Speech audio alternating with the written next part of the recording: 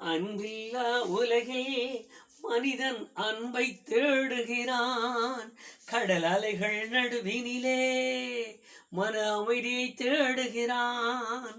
நிழலை நிஜம் என்று எண்ணி ஏமாந்து போகின்றான். வாழ்வில் நிம்மதி இல்லாமல் அவன் எங்கெங்கு ஓடுகிறான். அன்பில்லா உலகில் மனிதன் அன்பை தேடுகிறான். கடல் அலைகள் நடுவினிலே மன அமைதியை தேடுகிறான். நிழலை நிஜம் என்று எண்ணி ஏமாந்து போகின்றான். வாழ்வில் நிம்மதி இல்லாமல் அவன் எங்கெங்கோ ஓடுகிறான். ஆண்டவராய் இயேசு கிறிஸ்துவின் இடையற்ற நாமத்தினாலே மறுபடியுமாய் தேவ சமூகத்தில் சேர்ந்திருக்கிற கர்த்தருடைய ஜனங்கள் ஒவ்வொருவருக்கும் நான் தனித்தனியாய் வாழ்த்துக்கள் கோருகிறேன். இன்றைக்கு நாம் வேத புஸ்தகத்திலிருந்து ஒரு வேத வசனத்தை நம்முடைய நினைவிற்கு கொண்டு கர்த்தருடைய சமூகம் ஒரு மனிதனுடைய வாழ்க்கையில் எவ்வளவாய் எடைப்படுகிறது என்கிற ஒரு காரியத்தை இன்றைக்கு உணர்ந்து கொள்ள தேவன் நமக்கு அருள் செய்வாராக. எஸ்ஐயா தீர்க்கதரிசன புஸ்தகம் 26வது அதிகாரத்தின் 3வது பாகத்தை 3வது வசனத்தை நம்முடைய நினைவிலே கொள்ளவும். அங்கே எழுதியிருக்கிற வார்த்தையை கவனிப்பீர்கள். ஆனால் 2 விதத்திலும் சரி சமமாய் தேவனோடு கூட மனிதன் பழகுவதற்கு, மனிதன் நெருங்குவதற்குரிய காரியத்தை நாம் அறியலாம். உம்மை உறுதியாய் பற்றிக்கொள்ள மனதை உடையவன் உம்மையே நம்பியிருக்கிறபடியால் நீர் அவனை பூரண சமாதானத்தோடு காத்துக்கொள்வீர் என்று தீர்க்க தரிசன புஸ்தகத்தில் ஒரு விசுவாசியின் வாழ்க்கையை குறித்து, அவனுடைய விசுவாசி வாழ்க்கையில் இனி நேரிடப் போகிற அற்புதங்களை குறித்து எழுதியிருக்கிறது. உறுதியாய் பற்றி கொண்ட மனதை உடையவன் என்று எழுதியிருக்கிறது. உறுதியாய் பற்றி கொண்ட மனதை உடையவன் பூரண சமாதானத்தோடு காக்கப்படுவான் அல்லது பூரண சமாதானத்திற்கு உரியவனாய் மாறுவான் என்பது இந்த வேத வசனத்தின் முழுமையான அர்த்தம். அப்படியானால் தேவனுடைய சமூகத்தில் அவரை உறுதியாய் பற்றி கொண்ட மனதை உடையவன் என்கிற ஒரு வார்த்தையின் முழுமை என்ன? அது நாம் கவனிக்க வேண்டிய ஒரு காரியம். இன்றைக்கு விசுவாசம் ஒரு வார்த்தையாய் பேசப்படுகிறது. அதுக்கு அடுத்து நம்பிக்கை. நீங்கள் நம்புங்க, இயேசுநாதரை நீங்கள் நம்புங்க, இயேசுநாதரை விசுவாசிங்க. இன்னொரு வார்த்தை சொல்வார்கள், நீங்கள் இயேசுவை ஏற்றுக்கொள்ளுங்க. அது என்னன்னு தெரியாது. தெருக்களில் நின்று பிரசங்கிப்பார்கள், நல்ல பிரசங்கம் பண்ணுவார்கள், இயேசுவை ஏற்றுக்கொள்ளுங்கள், இயேசுவை ஏற்றுக்கொள்ளுங்கள். ஆனால் அது அவங்களுக்கு அது புரியறதில்லை. அவருடைய காரியங்கள் என்னதுதான் என்பதை அந்த அனுபவத்திற்கு கொண்டு வந்து சேர்ப்பதில்லை. உறுதியாய் பற்றி கொண்ட என்று எழுதியிருக்கிறது. பற்றி கொள்ள இருக்கிற ஒரு சூழ்நிலைகள் பற்றி கொண்ட மனதை உடையவன் என்று எழுதியிருக்கிறது. அப்படியானால் ஒரு மனிதன் தேவனை உறுதியாய் பற்றி கொண்டவன் என்பதற்கு அடையாளம் என்ன என்பதையும் நாம் கவனிக்க வேண்டும். நான் பற்றி கொண்டேன், நான் ஆண்டவரை நம்பி இருக்கிறேன் என்னீங்க.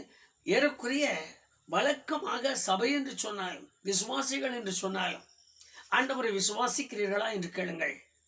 ஆண்டவெல்லாம் பொழுது விடியுமா ஒரு வார்த்தை சொல்லுவாங்க. அவர் தானே எல்லாம். சின்ன வயதுலேருந்து எங்களுக்கு அவர் தெரியும், அவரை தெரியும், அவங்க அப்பாவை தெரியும், அவங்க அண்ணாரை தெரியும், அவங்க அப்பாவை அண்ணா தங்கச்சி மாரை தெரியும், அக்கா மாரை தெரியும். இப்படி வரிசையாய் சொல்லிக்கொண்டே வருவார்கள். ஏதோ சரித்திரத்தில் ஒரு சம்பவத்தை படித்து முடித்த உடனே எல்லாம் அவரை பற்றி தெரிந்தது போல ஒரு காரியம். ஆனால் ரட்சிப்பின் மார்க்கம் தெரியாது, ரட்சிப்பின் அனுபவம் தெரியாது, ரட்சிக்கப்பட வேண்டும் என்கிற காரியமே தெரியாது. அப்படித்தான் இன்றைக்கு உள்ள கிறிஸ்தவ வாழ்க்கை என்பதே கொஞ்சம் நெரிசலான ஒரு நிலையில் தான் நாம் ஏறக்குறைய பார்க்க நேரிடுகிறது. இன்னும் பாருங்கள், வேதத்தை எவ்வளவு தமிழில் அழகாக எழுதியிருக்கிறார்கள். நம்முடைய பாஷையில், நம்முடைய சொந்த எழுத்தில், நாம் படிக்கக்கூடிய எழுத்தில் எவ்வளவு அழகா, எவ்வளவு அருமையான காரியங்களை, எவ்வளவு அர்த்தம் நிறைந்ததை எழுதப்பட்டுமே இன்னும் இந்த வேத வசனத்திற்கு முழுமையாய் கீழ்ப்படிந்திருக்கிறவர்கள் யார் என்று சொன்னால் சொற்ப ஜனங்கள் தான் தங்கள் கரங்களை உயர்த்த முடியும். அதுதான் இன்றைக்கு இருக்கிற ஒரு சூழ்நிலை. உறுதியாய் பற்றி கொண்ட மனதை உடையவன் என்று சொல்லும் போது அந்த உறுதியாய் பற்றி கொண்டவனுடைய அர்த்தம் ஒன்று, முழுமையாய் தேவனுக்கு கீழ்ப்படிந்தவனாய் இருக்க வேண்டும். முழுமையாய் கர்த்தருடைய கற்பனைகளை கை கொண்டு வாழ்கிறவனாயும் இருக்க வேண்டும். ரெண்டுக்குள்ள வித்தியாசத்தை கவனியுங்கள். ஒன்று, முழுமையாய் ஆண்டவருக்கு கீழ்ப்படிந்தவனாய் இருக்க வேண்டும். அவர் சொன்ன வார்த்தைகள், அவர் செய்த காரியங்கள், அவர் விரும்புகிற காரியங்கள், அவர் சொன்ன தீர்க்க தரிசன வார்த்தைகள், அவர் சொன்ன உபதேசங்கள் எல்லா காரியங்களையும் கீழ்ப்படிந்தவனாய் இருக்க வேண்டும். இன்னொன்று, அவருடைய வார்த்தைகளை இந்நாள் வரைக்கும் கை கொண்டு நடக்கிறவனாய் இருக்க வேண்டும். இந்த 2 காரியங்களையும் செய்கிற ஒரு மனிதன் அவரை பற்றி கொண்டு இருக்கிறான் என்பது அடையாளமாகும். ஆனால் பற்றி கொண்டவன் என்பதற்கு இன்னும் முற்று பெற வேண்டுமானால் என்ன நடந்தாலும் அவரை விட்டு பின்வாங்காத நிலையும் இருக்க வேண்டும். இந்த 3 அனுபவங்கள் ஒரு மனிதனுடைய வாழ்க்கையில் அல்லது விசுவாசியின் வாழ்க்கையில் காணப்படுமானால் அந்த மனிதனுக்கு பெயர் அவன் பற்றி கொண்டு வாழ்கிறவன் என்று அர்த்தமாகும். அதனால்தான் அப்போஸ்தலனாகிய பவுல் ரோமர் புஸ்தகத்தில் எழுதும் பொழுது அவர் எழுதினார், வருங்காலமானாலும் நிகழ்காரியமானாலும் மரணமானாலும் ஜீவனானாலும் நிர்வாணமானாலும் பசியானாலும் பட்டினி ஆனாலும் இந்த கிறிஸ்துவின் அன்பை விட்டு என்னை பிரிக்கிறவன் யார் என்று எழுதினார். யார் நம்மை பிரிக்க முடியும்? இந்த பிரிக்க முடியாத ஒரு அனுபவம் ஒரு விசுவாசியின் வாழ்க்கையில் தென்படும் என்கிறது உறுதியானால் அவன் பற்றி கொண்டவன், அவரையே பற்றி பிடித்திருக்கிறவன் என்று அர்த்தமாகும். அவரை பற்றி பிடித்திருக்கிற ஒரு மனிதனுக்காக தான் இந்த வேதத்தில் அருமையான கர்த்தருடைய தாசன் எழுதினார், உம்மை உறுதியாய் பற்றி கொண்ட மனதை உடையவன் உம்மையே நம்பி இருக்கிறான். இந்த மனிதனுக்கு நடக்க போகிறது எல்லாம் நீர் உண்மையாய் நம்பி இருக்க மனதையுடையவன் உண்மையே நம்பி இருப்பதால் அவனை சமாதானத்தோடு காத்துக்கொள்வேன். அப்போ ஒரு மனிதனுடைய வாழ்க்கை, நான் மறுபடி தெளிவாய் இந்த வார்த்தைகளை எல்லாம் நாம் கொஞ்சம் சிந்தனைக்கு கொண்டு வந்தே வாசிக்கலாம். உறுதியாய் பற்று கொண்டவனுக்கு கிடைக்கிற பலன் சமாதானத்தோடு வாழத்தக்கதான மகிமை.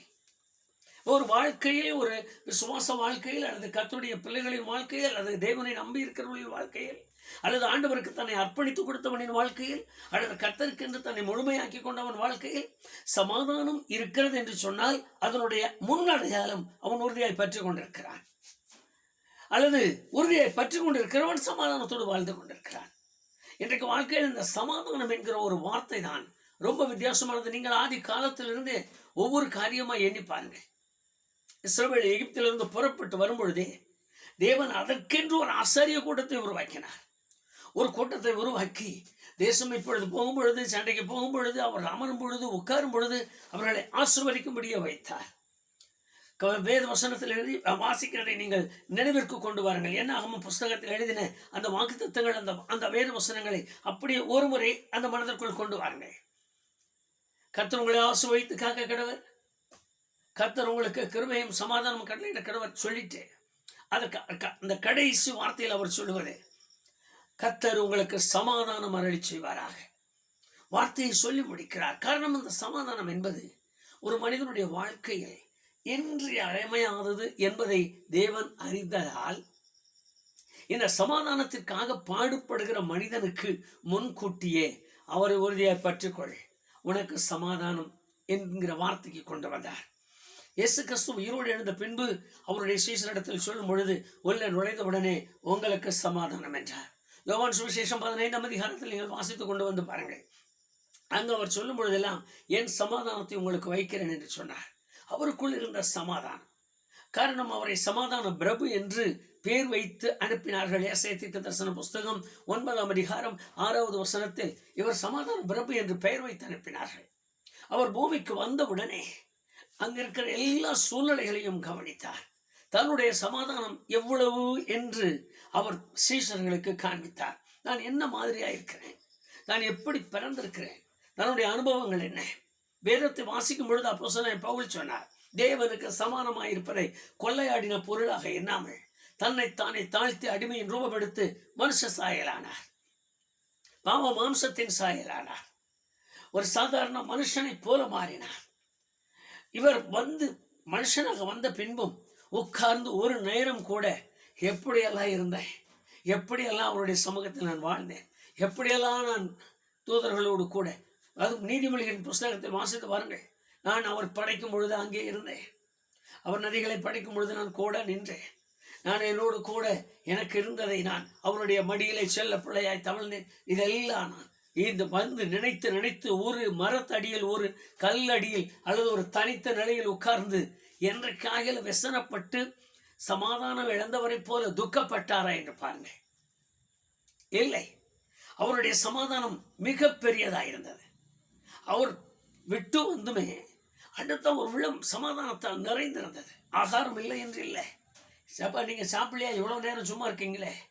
சமாரிய கிணற்றண்டையில் நின்று கொண்டு கேட்கிறார்கள் சேஷர்கள், சாப்பிட போகலையா, ஏன் இப்படி இருக்கீங்களே? நீங்கள் அறியாத போஜனம் எனக்கு ஒன்று இருக்கிறது என்று சொன்னார். தன்னை நினையாதவராக, தன் சூழ்நிலைகளை கவனியாதவராக, தனக்கு உண்டாயிருக்கிற வருத்தத்தையும் நெருக்கத்தையும் தன்னுடைய பெரிய காரியமாய் எண்ணாத ஒரு சமாதானம் நிறைந்தவராய் காணப்பட்டார்.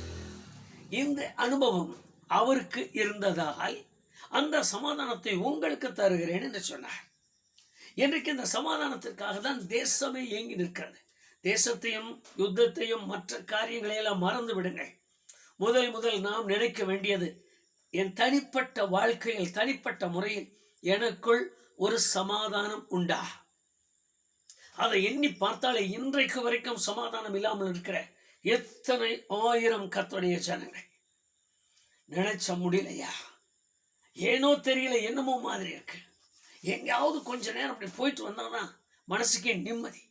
நான் வெளியே போயே தான் ஆகணும், நான் இப்படி அவங்கள பார்த்து தான் தீரணும், இந்த காரியத்தை சொல்லித்தான் ஆகணும். இது போல உள்ளத்தை குழப்பி கொண்டு இருக்கிற அநேக தேவ ஜனங்கள் உண்டு. இவைகளுக்கு காரணம் என்னவென்றால், எங்கோ உறுதி குலைந்திருக்கிறது என்று அடையாளம். குடும்பத்தோடு உட்கார்வார்கள், நல்லா ஜெபிக்கிற ஆட்களா இருப்பாங்க, ரொம்ப கருத்தா ஜெபம் பண்ணுவாங்க, பாடுவார்கள், ஜெபம் பண்ணுவார்கள். ஆனால் அடுத்த நிமிஷம் அந்த வார்த்தைகளை சொல்ல கேட்க முடியாது. ஏன்? ஆண்டவர் என்னை வைத்திருக்கிறார். எவ்வளவு குழப்பம், இத்தனை பிரச்சனை எப்படி ஜமானிக்கிறதுன்னு தெரியல. அந்த பையன் அந்த பக்கம், இந்த பிள்ளை இந்த பக்கம், உள்ளம் குழம்பி உள்ளம் குழப்பத்திற்குள்ளாக மாறி இருக்கும். அடுத்த ஒரு வியாதி, இன்னொரு புறம் அவனை கேட்டா எப்படி, இவனை கேட்டா அப்படி, அவன் பையன் அந்த அது போல இருக்கான், இவ பிள்ளை இது போல இருக்கு. இப்படி குழப்பத்திற்குள்ளாக மாறி தங்களை அடக்க முடியாதபடி வாய் விட்டு பேசிவிடுவார்கள். காரணமே சமாதான குறைவு என்பதை நாம் அறிய வேண்டும். ஒரு காரியத்தை மறக்க வேண்டாம். இதோடு முடிந்தது என்று சொல்லுகிற ஒரு நிலை ஏற்பட்டாலும், நான் உறுதியாய் பற்றி கொண்டவர், அவர் இஷ்டம் போல எனக்கு செய்ய வேண்டும் என்கிற ஒப்பு கொடுத்தலும் அர்ப்பணித்தலும் என் உள்ளத்தில் உண்டாகிவிடுமானால் அதை பார்க்கலும் மேன்மையான சமாதானம் இல்லை. அது சமாதானத்தை உண்டு பண்ணி விடுகிறது, சமாதானத்தை கொண்டு வருகிறது. நீங்கள் வேதத்தை வாசிக்கும் பொழுதுதான் அந்த வேத வசனம் நமக்கு முழுமையாய் புரியும். நான் 3 விதத்தில் அதை காண்பிக்கிறேன். ஒன்று, என்னுடைய சொந்த மாம்சத்திற்குரிய சமாதானம். மற்றொன்று, என்னுடைய பக்திக்குரிய சமாதானம். மூன்றாவது, என் ஆன்மீகத்திற்குரிய சமாதானம். பக்தி என்ன, ஆன்மீகம் என்ன, அதில் என்ன 2 வித்தியாசம் இருக்குன்னு கேட்க வேண்டாம். பக்தி என்பது அது எனக்குள்ளது, எனக்கும் என் ஆவிக்கும் உள்ள ஒரு காரியம். ஆத்மாவிற்குரியது தனிப்பட்ட ஒரு நிலை. இந்த நிலைமை இந்த 2ம் சேரும் பொழுது ஆத்மாவினுடைய தன்மை வித்தியாசமாய் மாறும். அது மிகுந்த சமாதானத்துக்குள் பிரவேசிக்க தொடங்கும். அதனாலதான் ஆதி காலத்து பக்தர்கள் தங்களுடைய காரியங்களில் அடைந்த துயரத்தை, தங்கள் காரியங்களில் அடைந்த துக்கத்தை, தங்கள் காரியங்கள் அடைந்த மனவேதனைகளை எண்ணும் பொழுது, என் ஆத்மாவை துக்கத்தோடு நான் இறக்குகிறேன், ஆத்மாவை துக்கத்தோடு நான் விடுகிறேன், அப்படி பதறினார்கள். அதற்கு காரணம் மாம்சமும் அவர்களுக்குரிய பக்திக்குரிய காரியமும் சில நேரங்களில் குழப்பத்திற்கு மாறிவிடும். மாம்சம் ஒரு காரியத்தை சொல்லும், பக்தி ஒரு காரியத்தை செய்யும். மாம்சம் ஒரு காரியத்திலே பலவீனப்படும், பக்தி ஒரு காரியத்தை நிலைநிறுத்தி காட்டும். இந்த 2ம் சேர்ந்து குழப்புகிற குழப்பத்தில் ஆத்மா கலங்கி போகும். வேதத்தை வாசிக்கும் பொழுது ஆதி பக்தர்கள் சொன்னார்கள், என் ஆத்மா நீ கலங்குவதேன் என்று தாவீது அநேக முறை தன்னுடைய சங்கீதத்தில் எழுதினார். என் ஆத்மாவை நீ ஏன் கலங்குகிறாய், ஏன் தியங்குகிறாய், உனக்கு உதவி செய்கிறவர் இருக்கிறார் என்பதை நினைத்துக் கொள் என்று. அதனாலதான் இன்றைக்கு இருக்கிற வரைக்கும் கடைசி நேர ஜெபத்தை ஒவ்வொரு ஜெப வேளையிலும் கவனியுங்கள். என் ஆத்மாவே நீ கர்த்தரை ஸ்தோத்திரி, என் உள்ளமே அவருடைய பரிசுத்த நாமத்தை ஸ்தோத்திரி, அவர் செய்த நன்மைகளை மறவாதே. இப்படி ஒவ்வொன்றாய் எண்ணுவதற்கு காரணமே, ஒரு மனிதனுடைய மாம்சம் அவனுடைய பக்திக்குரிய காரியம், அவன் ஆன்மீகத்திற்குரிய பரிசுத்தத்தின் தன்மை அவனை மிகுந்த சமாதானத்திற்குள் கொண்டு போகிறது. இந்த சமாதானத்தை தான் உங்களுக்கு வைத்து போகிறேன் என்று சொன்னார். இந்த சமாதானத்தோடு வந்ததால் அவர் படுகிற பாடுகளை குறித்து எவ்வளவேடும் கலங்காமல் தன்னை சிருஷ்டித்தவருக்கு, தன்னோடு கூட தன்னை அனுப்பினவருக்கு முற்றிலுமாய் ஒப்பு கொடுத்தார். முழுமையாய் அர்ப்பணித்துக் கொடுத்தார். என்ன நடந்தாலும் சரி. காரணம், தன்னை அர்ப்பணித்ததால் தனக்குள்ளவைகள் அடுத்த முறை கனத்திற்குரியவைகளாய் மாறும் என்பதை அவர் அறிந்திருந்தார். அந்த ஒரு நிலைமையில் இன்றைக்கு தேவ ஜனங்கள் முதலாய் தெய்வ சமாதானத்தை பெறுவதற்கு முன்பு உறுதியாய் பற்றி கொள்ளுகிற ஒரு மனது நமக்கு தேவை. குடும்பங்களில் கஷ்டம் இருக்கும், நெருக்கடிகள் இருக்கும், சம்பாத்தியம் போதுமானதாக இருக்காது. அது எல்லா இடங்களிலும் உள்ளது. எதிர்பாராத செலவு, எதிர்பாராத பிரச்சனைகள், எதிர்பாராத காரியங்கள். திடீரென்று மருத்துவமனைக்கு போகிறோம். எவ்வளவு பிரச்சனைகள், எவ்வளவு பண கஷ்டத்தை சமாளிக்க வேண்டியதாக இருக்கிறது. எத்தனை பிரச்சனைகளுக்கு எத்தனை குழுக்கள், அதுவும் இன்றைக்கு இருக்கிற நிலையில் எடுத்து செலவழித்த பின்பு அதை கட்டிக்கொள்வது, அதற்காக சம்பாதிக்கிற சம்பாத்தனையும் வேதனையான சூழ்நிலைகள் தான். சமாதானம் என்று சொல்வது எங்கே என்று கேட்கிற அளவிற்கு நம்முடைய வாழ்க்கை தொடர்கிறது. நான் கர்த்தருடைய பிள்ளைகளுக்கு சொல்லிக் கொடுக்கிற ஒரு நல்ல ஆலோசனை ஒன்று, என்ன நடந்தாலும் உறுதியாய் பற்றி கொள்ள கற்றுக்கொள்வோமானால், நான் உறுதியாய் பற்றி கொள்வதால் என்னை அவர் பொறுப்படுத்திக் கொள்கிறார். அதற்கு நான் பற்றி கொண்டதற்குரிய பிரதிபலன் எனக்கு கொடுப்பதே சமாதான வாழ்க்கை. சமாதானம் முழுமையாக என்னை சமாதானத்தை உட்படுத்துகிறார். எத்தனை நெருக்கமானாலும், எத்தனை உபத்திரமானாலும், எவ்வளவு போராட்டங்களானாலும் நான் அதை குறித்து மனம் தளராமல் நிற்கிற ஒரு நிலைமை, மனம் தளராமல் இருக்கிற நிலைமை, கொஞ்சமும் சோர்ந்து போகாது இருக்கிற நிலைமை. என்ன ஆகுமோ ஆகட்டும், பார்க்கலாம். என்ன நடக்குமோ நடக்கட்டும். அது தெய்வ காரியம், அது ஆண்டவருடைய சித்தம். அவர் அதை செய்வார், அவர் அதை நடத்துவார். இந்த பக்திக்குள்ளாக ஒரு மனிதன் நிற்கும் பொழுதுதான் இந்த தெய்வீக மகிமைக்கு முன்பாக நான் அவர் எனக்கு கொடுக்கிற பிரதிபலன் சமாதானத்தை நான் பெற முடியும். அப்படிப்பட்ட ஒரு பக்தி நமக்குள் இருக்கத்தான் இந்த வேதம் நமக்கு முன்கூட்டி சொல்கிறது. உம்மை உறுதியாய் பற்றி கொள்ள மனதை உடையவன் உம்மையே நம்பி இருக்கிறபடியால். பற்றி கொண்ட மனதை உடையவன் ஒன்று, அவனுடைய அனுபவம் வெளிப்படுகிறது. இதனுடைய பிரதிபலன், அவனை நீர் பூரண சமாதானத்தோடு காத்துக்கொள்வேன். அந்த பூரண சமாதானம் இன்றைக்கு நம்மையும் நம்முடைய ஆவி, நம்முடைய ஆத்மாவையும் கூட ஆட்கொள்ளத்தக்கதாக நம்முடைய குடும்பங்களில் நிலவும்படி தேவன் கிருபை செய்ய வேத வசனத்தோடு கூட இடைப்பட்டு இந்த வசனத்தின்படி நான் உம்மை பற்றி கொண்டிருக்கிறேன், என்னை சமாதானத்தோடு காத்துக்கொள்ளும். என் வேதனையில், என் துக்கத்தில், என்னுடைய மனச்சோர்வில், என்னுடைய சங்கடத்தில், ஆண்டவரே நான் என்ன செய்வதென்று தெரிய முடியாமல் தவிக்கிற வேளையில் இந்த சமாதானம் என்னை ஆட்கொள்ளட்டும் என்று நாம் அவருடைய பாதத்தில் விழுந்து கெஞ்சி கேட்போம். நம்மை நிச்சயமாய் நடத்துவார். நல்ல பிதாவே, இந்த வேலைக்காக நாங்கள் உமக்கு நன்றி சொல்கிறோம். உடைய அளவற்ற கிருபையினால் நாங்கள் இந்த வேதவசனத்தை உணர்வுக்கு கொண்டு வந்தோம். பூரண சமாதானத்தோடு காத்துக்கொள்வீர் என்று எழுதின அந்த வார்த்தையை நாங்கள் நினைக்கிறோம். அருமையான உடைய பிள்ளைகள் ஒவ்வொருவராய் நாங்கள் மனதிற்குள் கொண்டு வருகிறோம். கஷ்டமில்லாத குடும்பங்கள் இல்லை, உபத்திரம் இல்லாத குடும்பங்கள் இல்லை, பற்றாக்குறை இல்லாத குடும்பங்கள் இல்லை, வேதனை இல்லாத குடும்பங்கள் இல்லை. தவியாய் தவிக்கிறோம். சில நேரத்தில் மன சோர்வுக்குள் ஆகிறோம். பண கஷ்டமும் ஆண்டவரே மன கஷ்டமும் கூட எங்களை நெருக்குவதால் என்ன செய்வதென்று தெரியாமல் தவிக்கிறோம். இந்த நிலையை நாங்கள் உறுதியாய் பற்றி கொண்டோம் என்கிற உள்ளம் எங்களுக்கு தார். பற்றி கொள்ளுகிற உள்ளத்தை எங்களுக்கு தார். அதனுடைய பிரதிபலனாக எங்கள் வாழ்க்கையில், எங்கள் அனுபவங்களில், எங்கள் குடும்பத்தில், எங்கள் மாம்சத்தில், எங்களுடைய ஆவியில், ஆத்மாவில் நாங்கள் ஒரு பூரண சமாதானத்தை பார்க்கும்படி உம்முடைய பிள்ளைகள் எல்லாருக்கும் நிற்கிறவை தார். உம்முடைய பிள்ளைகளை பூரண சமாதானத்தோடு காத்துக்கொள்ளும். அவர்கள் அந்த கிருபைக்குள் வளரட்டும். இயேசு கிறிஸ்து என்னும் இணையற்ற நாமத்தினாலே தாழ்மையாய் ஜெபிக்கிறோம் பிதாவே, ஆமென். உறுதியாய் பற்றி கொண்ட மனதை உடையவனுக்கு சமாதானம் கொடுக்கிற சர்வ வல்லமையுள்ள தேவன் உங்களுக்கும் உங்கள் பிள்ளைகளுக்கும் உங்கள் குடும்பத்தில் உண்டான எல்லாவற்றிற்கும் கையிட்டு செய்கிற எல்லா வேலைகளிலும் சமாதானத்தை கட்டளையிடுவாராக. ஆமென், ஆமென்.